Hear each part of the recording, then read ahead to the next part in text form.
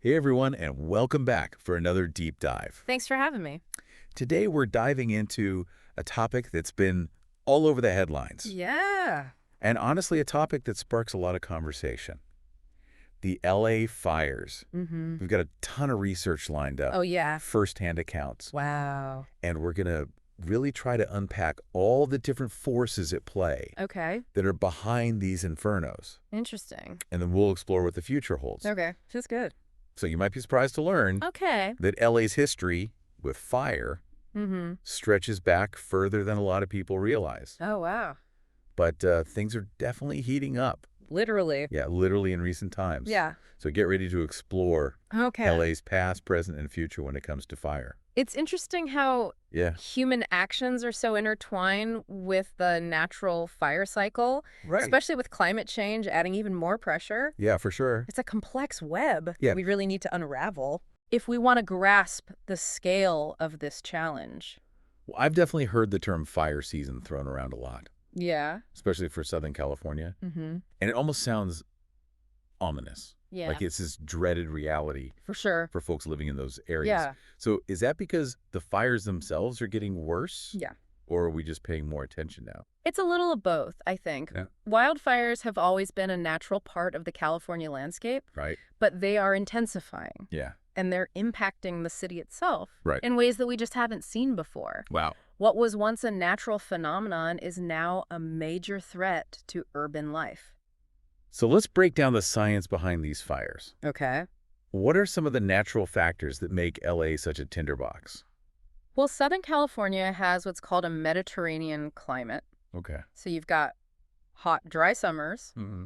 and mild, wet winters. Okay. So that dry, hot spell during the summers, that creates the perfect conditions for all the vegetation to become extremely flammable. Oh, wow. And then you add in years of prolonged drought, Yeah. which we know is being exacerbated by climate change. Right.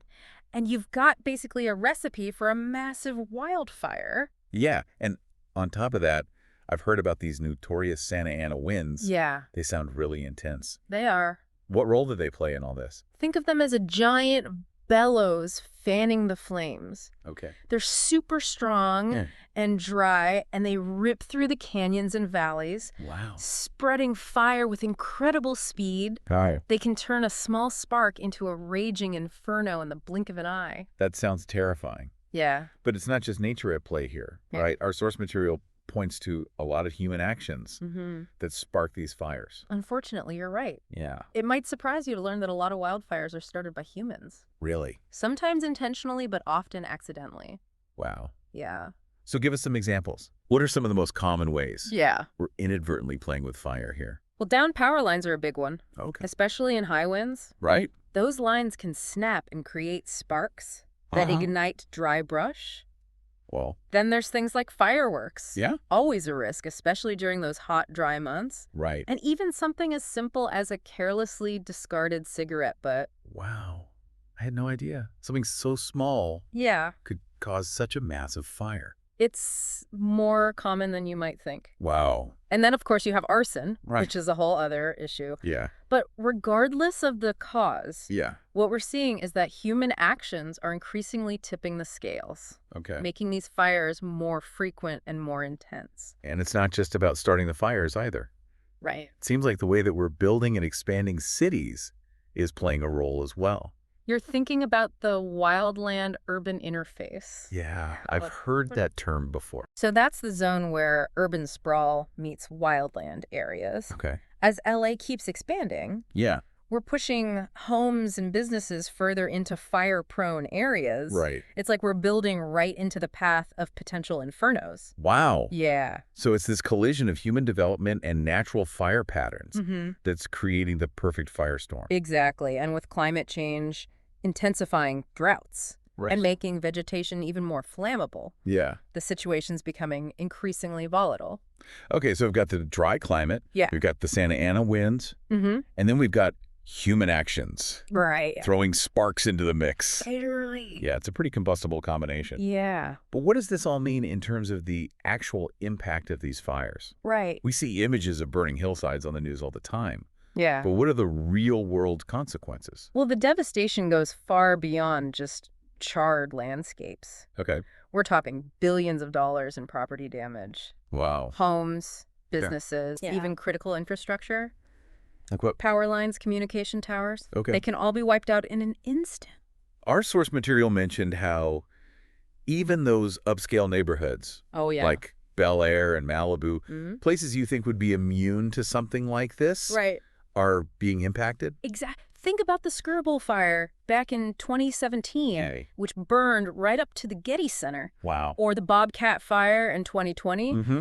that scorched huge swaths of the Angeles National Forest, wow. threatening homes in those wealthy enclaves. Wow. Yeah, it's a stark reminder that no community is truly immune to the threat of wildfire. And it's not just property damage, is it? No, The human toll must be immense. absolutely. Sadly, people lose their lives in these fires, either directly from the flames or from smoke inhalation. Right. And even if you manage to escape unharmed, Yeah. the trauma and displacement can be devastating. Oh, for sure. And let's not forget the first responders. Yeah, of course. The firefighters and emergency personnel who Yeah. put their lives on the line to protect us, Right. they face incredible risks battling these infernos. The research also mentions the health impacts of wildfire smoke. Oh, yeah. It's not just about the immediate danger of the flames. Right. Wildfire smoke can travel for hundreds of miles, Wow. blanketing entire regions in this thick haze. Wow. And that smoke is filled with harmful particulate matter Okay. that can cause serious respiratory problems, Oh, wow. especially for children, the elderly, Right. and people with pre-existing health conditions. So even if you're miles away from the actual fire, Yeah,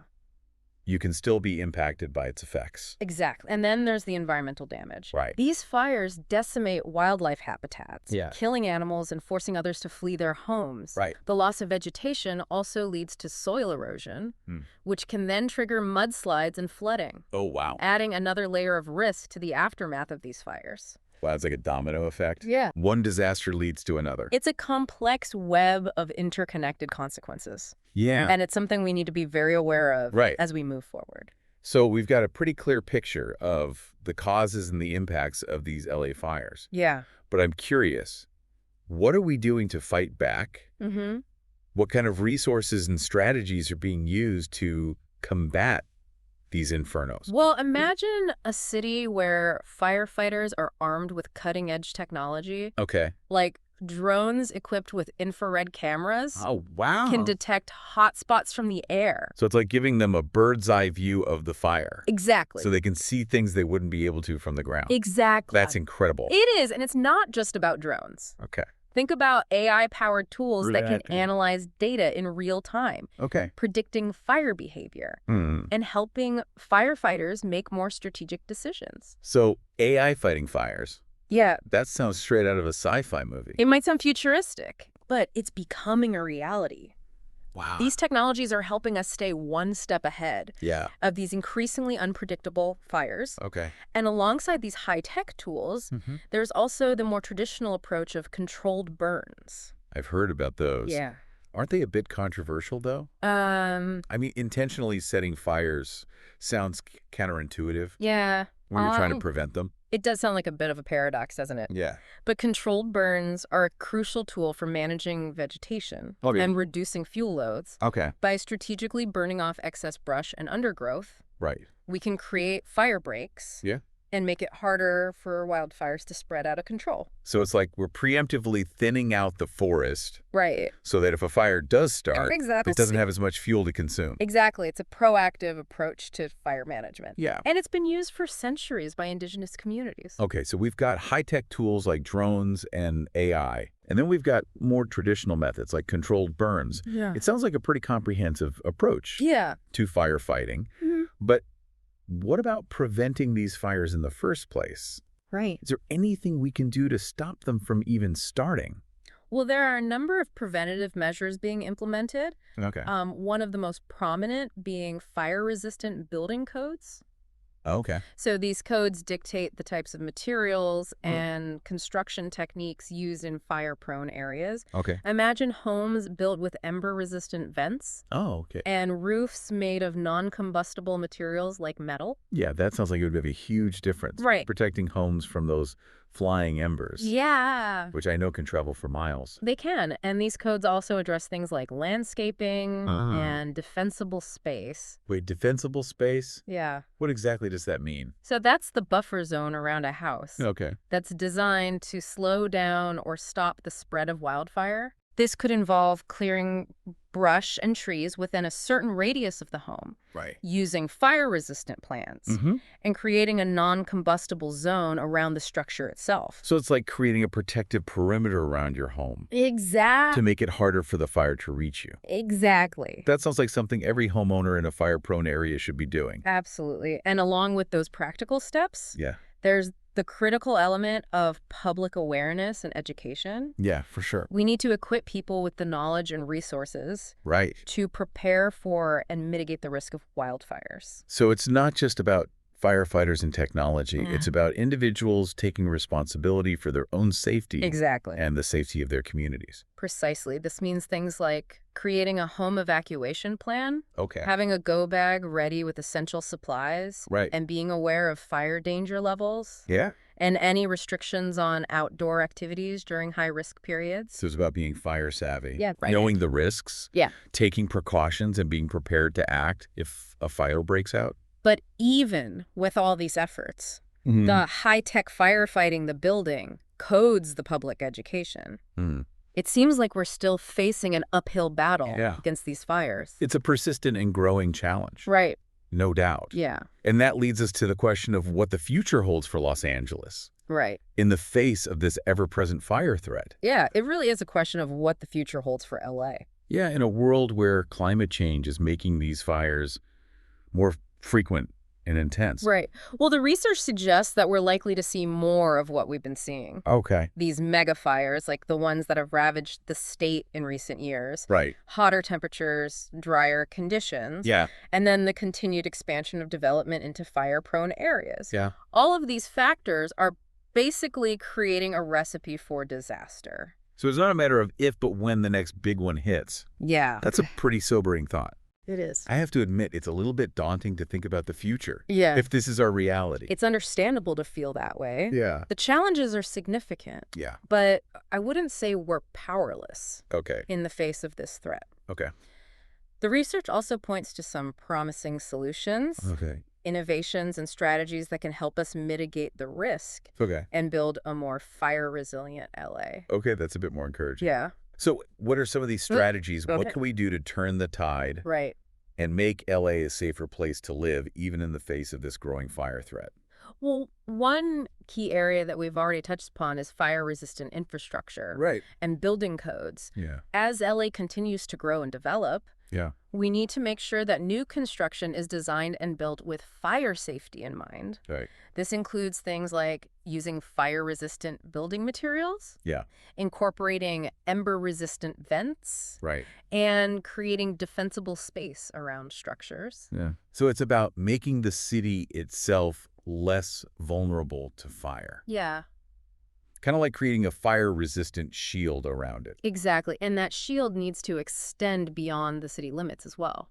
Okay. We need to think about how we manage the wildland-urban interface. Right. That zone where development meets wildland areas. Right on the outskirts. Right. This could involve things like strategically thinning out vegetation, creating fuel breaks, Yeah. and implementing prescribed burns to reduce the risk of large-scale fires. So it's not just about what happens within the city, Right. but also how we manage the areas surrounding it, Exactly. creating that buffer zone to protect communities Yeah. from encroaching wildfires. Right. But even with all these preventative measures, Yeah. it seems like there's always going to be a risk of a fire breaking out. Right. So what about the response side of things? Mm-hmm. What can we do to improve our ability to fight these fires once they start? Well, we're already seeing the benefits of investing in advanced firefighting technologies. Okay, like what? Things like drones, Right. AI-powered prediction models, Yeah. and real-time data analysis. Okay. These tools are helping firefighters detect fires sooner Right. predict their behavior more accurately, Yeah. and make more strategic decisions during an active fire. So it's like we're giving our firefighters a high-tech arsenal to battle these blazes. Exactly. But technology alone can't win this fight, right? There's still a human element that's just as important. Absolutely. Public education and community engagement are crucial. Okay. We need to empower residents to understand the risks, prepare their homes and families for a fire, and know how to evacuate safely if necessary. So it's really a collective effort. Yeah. We all have a role to play in making LA more fire resilient. Exactly. From policymakers to builders to everyday citizens. Exactly. The future of fire risk in LA isn't predetermined by taking proactive measures, investing in smart solutions, and working together as a community. We can create a city that's better prepared to withstand the challenges of a fiery future. That's a really powerful message to end on. Yeah. That's a really powerful message to end on. Yeah. We've explored the science, the risks, and some potential solutions. Right. But I think the key takeaway here is that we have agency in shaping our future. For sure. We're not just passive bystanders watching the flames rise. No. We can make choices. We can take action. Right. We can build a more resilient city for ourselves and for generations to come. Exactly. So to all of you listening out there, here's a final thought to ponder. Okay. What steps can you take, both individually and collectively, to prepare for and mitigate the risk of wildfires in your own community? Yeah, that's a great question. How can we work together to create a future where we coexist with fire, not just fear it? That's something to think about. Yeah, that's something to think about. For sure. Until next time, stay curious, stay informed, and stay safe. Thanks for having me.